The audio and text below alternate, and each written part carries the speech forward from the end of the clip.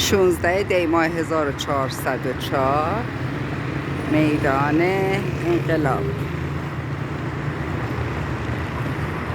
اینم 33 پل، اون خیابون کمال اسماعیل.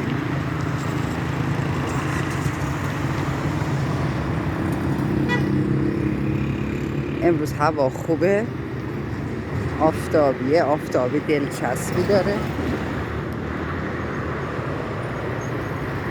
فعلا پشت چرا خطر بیستیم. اینم خیابون مطهری، چراغ عبور آبر پیاده چشمک زنه، اما ماشاءالله ببینیم ماشینا چقدر طول میان، اصلا اجازه نمیدن آبر رد بشه. باید صبر چشمک زن نبود، بازم مقرراتش بهتر. اینم پاساژ مرکز تجاری میدان انقلاب.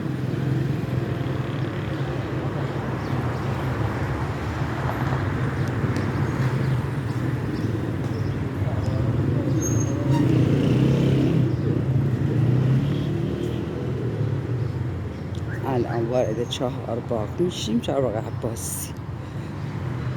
تو پارچه های خیلی رو سری های قشنگی.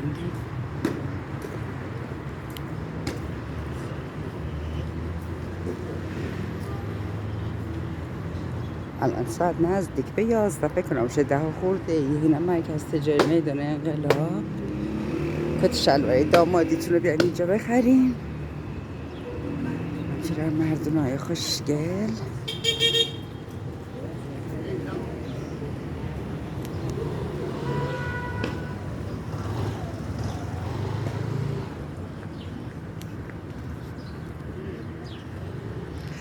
هوا خیلی امروز دلچسبه، جاتون خالی. یه آفتابی داره، واقعا لذت ببرید. رابط گفتم برم امروز پیاده روی. اومده بودم برای دندون پزشکی، بعد به جای که مترو سوار شم برم خونه، گفتم بذار پیاده برم دیگه. اومدم چهارباغ بالا رو پیاده اومدم تا 33 پلو، نمیده چهارباغ پیاده برم. ببخشین راه میرم اگه تون فیلم گرفته میشه. خواستم لذتی که برم شما دوستانم ببرید. خیلی هوا عالیه، جاتون خالی. آسمون آبی، فکر کنم امروز آلودگی هم کم باشه.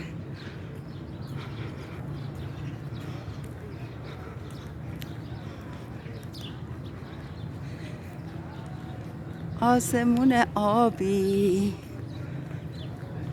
خدای شکرت برای این روز زیبا.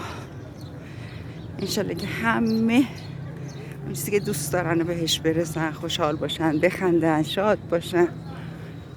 مادیه نیاسر.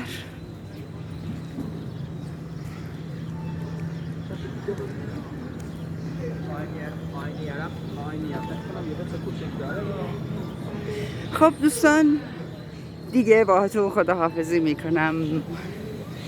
امیدوارم که خوشتون اومده باشه از این فیلم. بای بای.